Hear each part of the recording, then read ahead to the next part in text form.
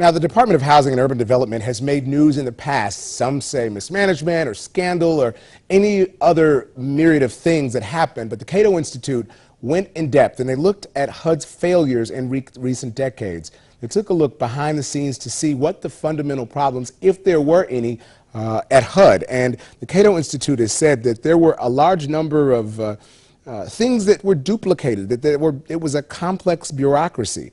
And the responsibilities that are divided between local, state, and federal policymakers kind of overlapped each other to serve the private interest and the best interests of those in public.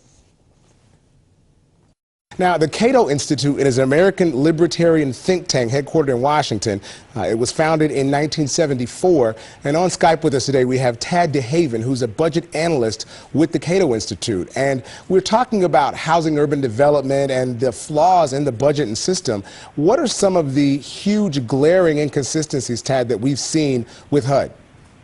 The problem with HUD is a similar problem you find with a lot of government programs. They start off as well-intended initiatives, and then they ultimately become corrupted because there's so much money and power at stake. And if you go through the years of HUD, again, while you've had well-intentioned initiatives to clean up urban blight and to help people obtain homes, often the system becomes corrupted, and you have politicians working with special interests behind the scenes, and they basically fleece taxpayers and low-income, middle-income folks for their own benefit. Well, I guess one of the questions we would ask when we look at these inconsistencies and look at where the budget is going, is HUD necessary? I think in this day it's not necessary, and I think that we should be looking instead of a top-down approach, which in my opinion brutally failed in the 20th century and then on into the first decade when we had the housing collapse. I think we should be looking at a bottom-up approach and trying to empower communities.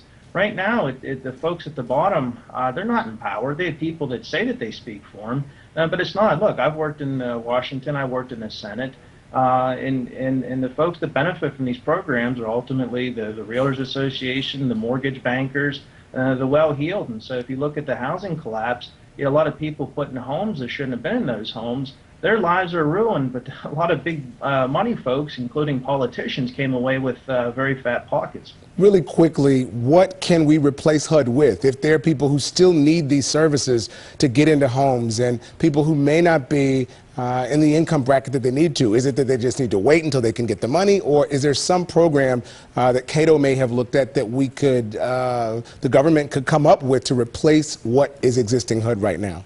I think we need a bottom-up approach, and I would go back to the whole idea of having 50 laboratories of democracies. Let's let the states innovate and let local government, basically the folks who are closest to the people who need things and are best equipped to understand the circumstances affecting individual communities. The top-down approach from Washington really turned HUD into basically a slush fund, so I would replace it and see if we could experiment at the state and local level.